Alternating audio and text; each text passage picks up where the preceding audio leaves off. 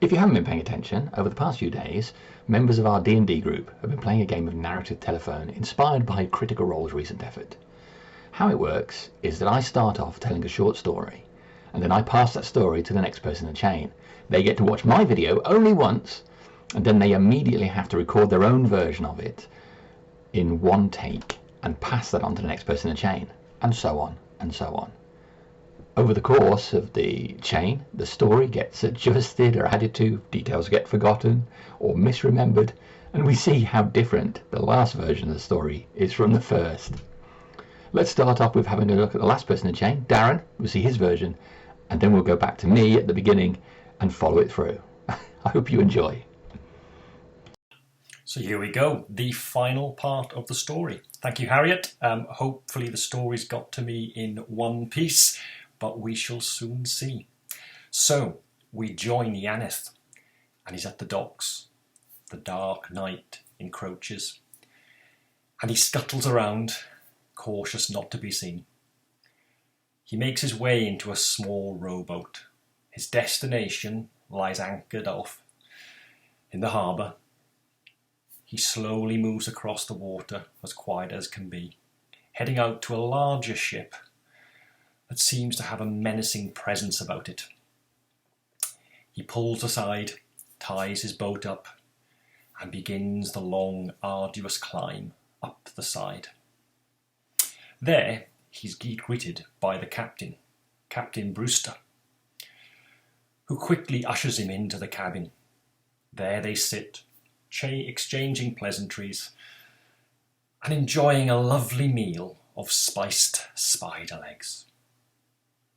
Yaneth enjoys these a lot, and then comes the time when they have to do the exchange that this has been building up to. Yaneth slowly pulls out a pouch from his belt, puts it on the table, and with some intrepidation pushes it across towards the Captain Brewster. He reciprocates, taking out a pouch and passing his across the table. Yaneth is filled with some foreboding. He gathers up the pouch, thanks the captain, who then escorts him back out. He then heads down, starts the journey down. They had some wine during the meal, and this is making Yaneth's head feel a little bit dizzy as he makes his way down. A bit unsteady on his feet, he gets into his rowboat, unhooks, and makes his way back. When he gets back to the dock, he ties the boat up, cautiously looking around, checking no one has seen him, and makes his way back into the night. He can't help feel that, he can't help shake the feeling he had of a sickness in his stomach that said him something was wrong, and he felt a deal of guilt for some wrong he believed he had done. We switch back to the cabin. The captain's returned from escorting Yaneth out onto the ship. But we don't see the captain moving around or breathing, for he lies on the floor in a pool of his own blood, his neck slit, and the pouch that Yaneth had exchanged lays empty at his side. Enjoy the end of the story. And now, let's go back to the beginning. It was late, past midnight, but not yet an hour past, as Yaneth rowed his small boat towards the lights of the galleon that was anchored some distance off the south coast of Mist Hass. Rain was splattering lightly on the surface of the sea as he climbed the rope and got on board the deck of the Crystal Heart. Here he knew he would be meeting Royston, the trader who had given him many special components in the past. He travelled far to Talag to gain spices, to Kazara to get gems, and to Aquil for some pesky spider limbs. Recently he'd even been as far as Onotok, and the components from there were exotic and rare indeed. But on this occasion it was a more personal journey. This was the night he would finally get the revenant heart that would maybe break the curse that was fell upon his wife. Entering Royston's cabin, he found the man sat behind his desk, dressed for all intents and purposes the way any stereotypical pirate might. He wore leather boots up to the knee and a red jacket that came down to the height of the boots. The jacket was detailed with black edging and gold trim, and it matched the black tricorn which sat perched upon his head with a green feather that poked out the back and came halfway down his back. "Yanif, my friend," Royston said, "I'm so glad to see you." "And the same can be said of you, my friend," said Yanif, as he sat down in the chair, producing a bottle of wine. "Some wine from Kazara to seal a deal?" "As long as it's the red, my friend." With a laugh, Yanif poured 2 goblets of wine, and the two sat drinking and reminiscing about what it was like for Royston at sea and what it was like for Yanif trading with the hardy adventurers of Mist Hass. Royston had been all over the world and just recently travelled to Kyushu and met the strong men with their delicate dancing and strong alcohol. There was new plunder to be found there, he said. New plunder indeed, and Yanif's ears were pricked at the prospect of a component or two that had yet to be discovered in this land. Valuable indeed. But all through the conversation, his eyes fell upon the jar that sat behind Royston's desk, a jar with a meaty mass that must have been the item that he wanted. Royston eventually noticed and turned the deal round to money. "Happy to oblige you, my friend, and I've been saving up selling those potions to the adventurers at slight premium in order to raise enough money for this." He produced a small bag made of cloth but tied together with a rope with gold edging in it, and plonked it on the desk and slid it across to Royston. Royston in turn took his jar and slid it towards Yanif, and it's there that they parted ways for the evening, with a smile and a tip of his hat. Yanif left and made his way back to the boat, descending the rope and rowing his way back to the lights of Mist Hass. It wasn't that long ago since a vampire had wandered around the streets of that town, or zombies had gone throughout the streets at night, requiring Yanif's assistance. It was only through Yanif's help that they were able to save all these people. Sometimes dark things were required in order to do great good, he thought, looking back at the light of Royston's cabin as he rowed away. In Royston's cabin, the goblet of wine had spilt, and the red liquid had flowed its way across the green leather surface of the desk. Royston's head lay sideways on the desk, with the blood that had spurted from his nose and mouth mingling freely with the wine. He breathed heavily, with a bubble of blood coming forth, and then slipped in his chair and fell to the floor, grasping for the bag of coins. He did grab them, but they dropped and spilt to the floor as well, the bag splitting, revealing not a coin to be found inside, only useless chunks of iron ore. It was past midnight, but not quite an hour past midnight, when Yanif got in his boat and rowed out down South Docks and down past down south through the seas to a boat where he's travelled many times on his adventures. He rowed out thinking of all the times that he's met the person in the past, and he eventually made it to the Crystal Heart. He pulled up alongside, tethered his boat to the ship, and climbed the rope, where he got on deck and went inside the captain's cabin and sat opposite the man he was there to meet, Royston. On his journey, he had thought about the various different things and the things that they'd traded before in the past. Spider legs from far and wide, gems from another part of the world, and spices,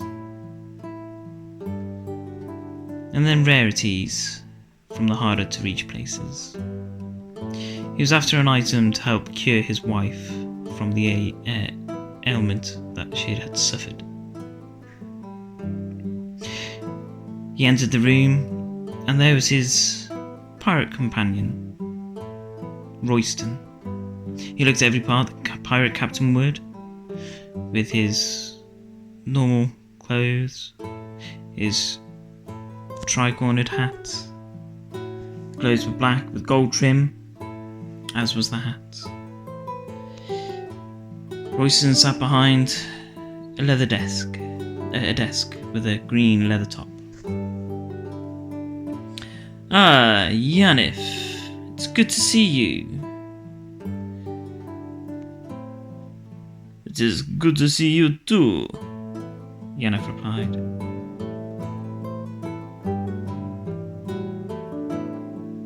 Do you want some wine? They got down to business. He produced a bottle of wine, put it on the table, and produced 2 goblets. Royston continued talking, told him about the exploits that had been on, various different travels around the seas, where he'd done various different trades. All the while, Yanif was listening, but his eyes kept wandering to a jar which sat behind Royston. Inside, a red, meaty substance. Eventually Royston paid attention, and he stopped talking about the other items and came down to business. So, I have your goods.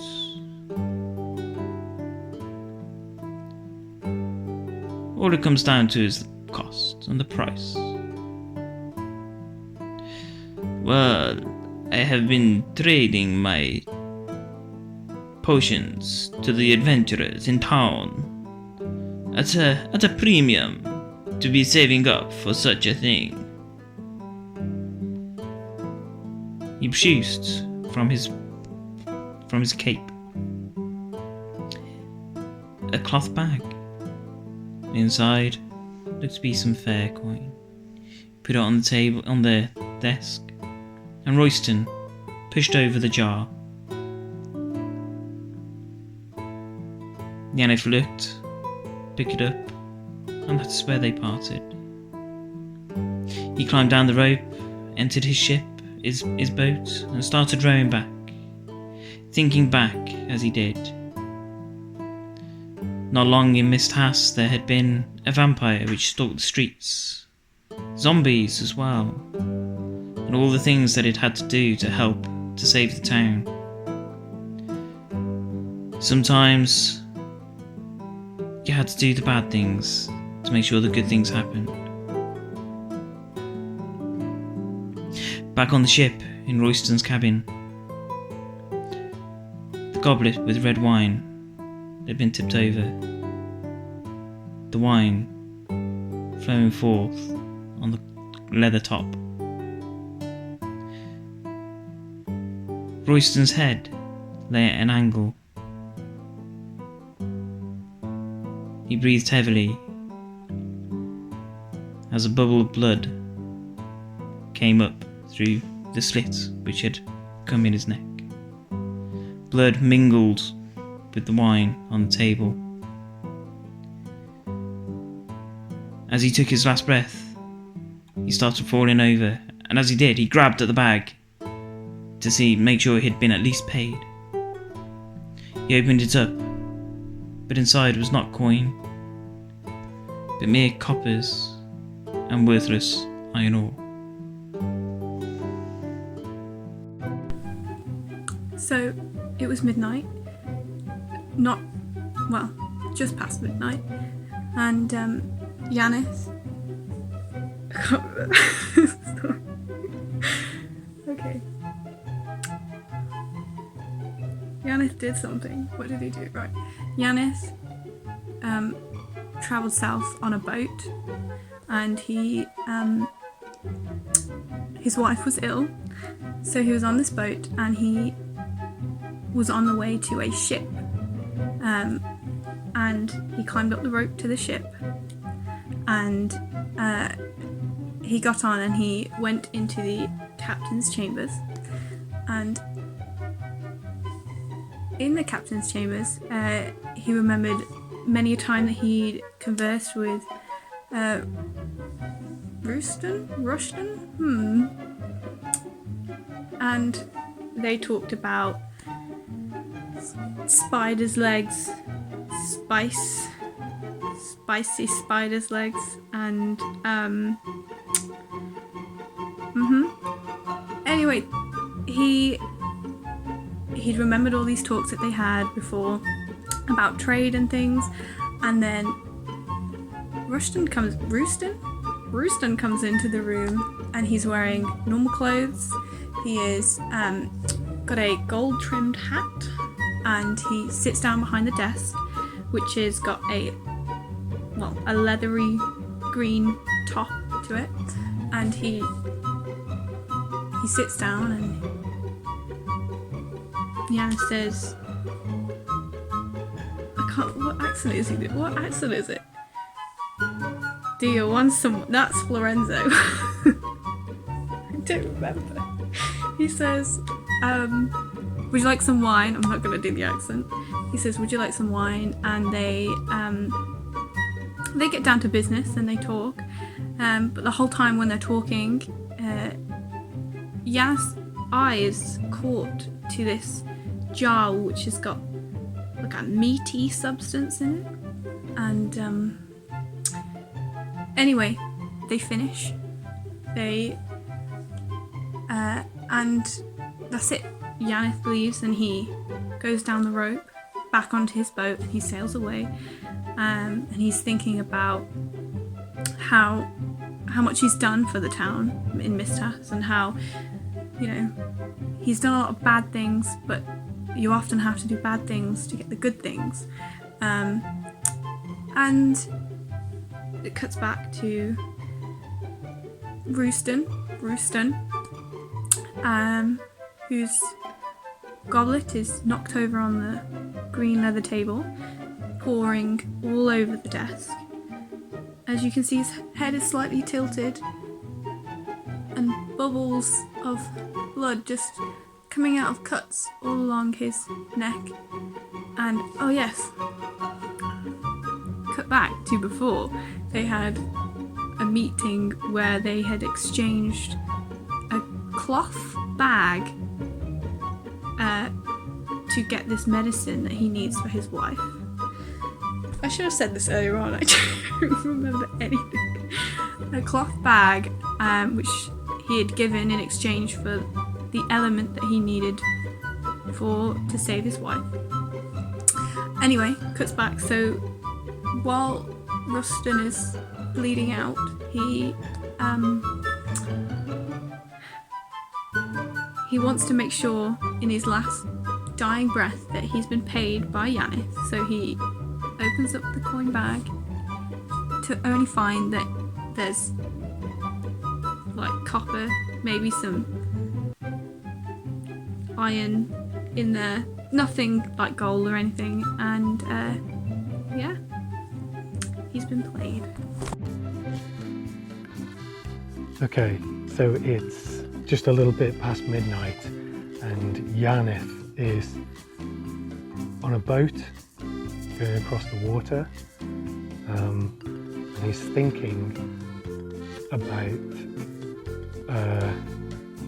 this person he's meeting on a bigger boat. When he gets to the bigger boat, he climbs a rope and arrives on top of the ship, and he walks into the captain's room, and he's there to get some medicine for his sick wife. All through the journey he's been thinking about his sick wife, and when he gets to the captain's room there's a man there called Brewston, and he's waiting for him on this really nice desk with a green top, and when they get there, Yaneth and Brewston start talking about some spicy spider legs.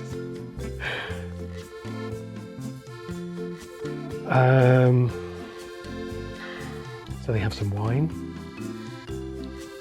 together, and they exchange some bags, and Yanif has a bag of medicine for his wife, and he gives a bag to Brewston which looks like a coin bag, and somewhere in the room is a jar of meat. And so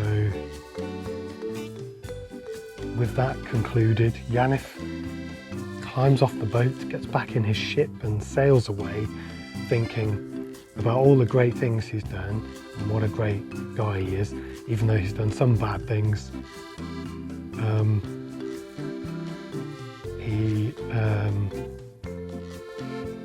That's it. That's Yanif. But back on the ship, Brewston is dead. He has got his wine glass is knocked over, and he's lying on the floor, and his neck is like sliced up, and he looks at the bag of coins that Yanif gave him, and there's no gold in it, so he's been played. Right, I think that's it. Good luck. Okay, so here we go. First thing, cheers Archie. Okay, so it's just after midnight. Yanif is travelling on a boat, and he's travelling to a much larger boat.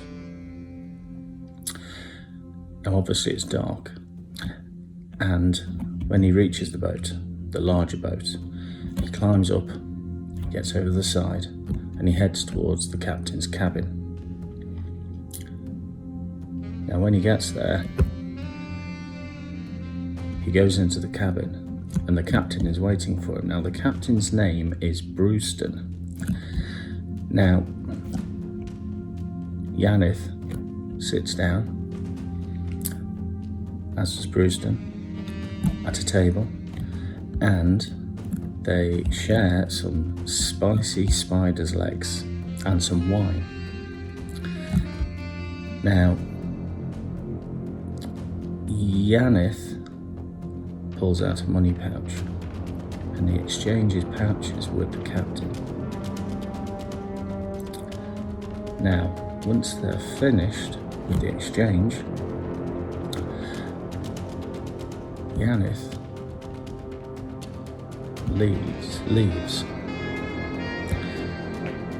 And he goes back out the cabin, back onto the deck, back down the rope, which is what he climbed up initially to get, which I've just remembered, which he climbed up initially to get up onto the larger boat, and he shimmies down the rope back into his boat, and he sails back to where he came from, thinking, you know, he's done some bad things, but generally he's a decent guy. However, back on the big boat, Captain Brewston is dead. He's in his cabin. His throat's been sliced open, and on the ground next to him is the pouch that he exchanged with Yanif. And the pouch is empty. There's no gold in it. And I think that's about it for me. So, good luck, Harriet. I'll see you soon. Oh my goodness, I'm filming. Okay. Alright. Took so long to put the camera on, I think I've forgotten everything. So, firstly, thank you, Dave. Okay. So, Yanif, sometime in the night, goes on a little boat out to sea, and then climbs up a big rope onto a larger boat. I think the boat might be a pirate ship. When he's on the boat, he meets Captain Brewston, who invites him into his cabin. They sit down at a table together, and share a meal of spicy spider's legs and a glass of wine. Then an exchange is made. They exchange a pouch. Yannick gives over his pouch, and Captain Brewster gives his pouch to Yannick. And then Yannick leaves the ship, going back down the rope, feeling a little bit guilty for some bad stuff he's done. I didn't know. He's also very strong to get up and down this ladder. Anyway, back in the cabin, as Yannick makes his way through the night back to shore, the captain lies dead, his throat slit, and the pouch next to him is empty. I think that's everything. Enjoy, Darren. So here we go, the final part of the story. Thank you, Harriet. Hopefully the story's got to me in one piece, but we shall soon see. So we join Yannick, and he's at the docks. The dark night encroaches, and he scuttles around, cautious not to be seen. He makes his way into a small rowboat. His destination lies anchored off in the harbour. He slowly moves across the water, as quiet as can be, heading out to a larger ship that seems to have a menacing presence about it. He pulls aside, ties his boat up, and begins the long, arduous climb up the side. There, he's greeted by the captain, Captain Brewster, who quickly ushers him into the cabin. There they sit, exchanging pleasantries and enjoying a lovely meal of spiced spider legs. Yannick enjoys these a lot, and then comes the time when they have to do the exchange this has been building up to. Yannick slowly pulls out a pouch from his belt, puts it on the table, and with some intrepidation pushes it across towards the Captain Brewster. He reciprocates, taking out a pouch and passing his across the table. Yannick is filled with some foreboding. He gathers up the pouch, thanks the captain, who then escorts him back out. He then heads down, starts the journey down. They had some wine during the meal, and this is making Yannick's head feel a little bit dizzy as he makes his way down. A bit unsteady on his feet, he gets into his rowboat, unhooks, and makes his way back. When he gets back to the dock, he ties the boat up, cautiously looking around, checking no one has seen him, and makes his way back into the night. He can't help feel that, he can't help shake the feeling he had of a sickness in his stomach that said him something was wrong, and he felt a deal of guilt for some wrong he believed he had done. We switch back to the cabin. The captain's returned from escorting Yannick out onto the ship. But we don't see the captain moving around or breathing, for he lies on the floor in a pool of his own blood, his neck slit, and the pouch that Yannick had exchanged lays empty at his side. Enjoy the end of the story. Spicy spider legs. I guess that's a thing in the campaign now. Thanks everyone.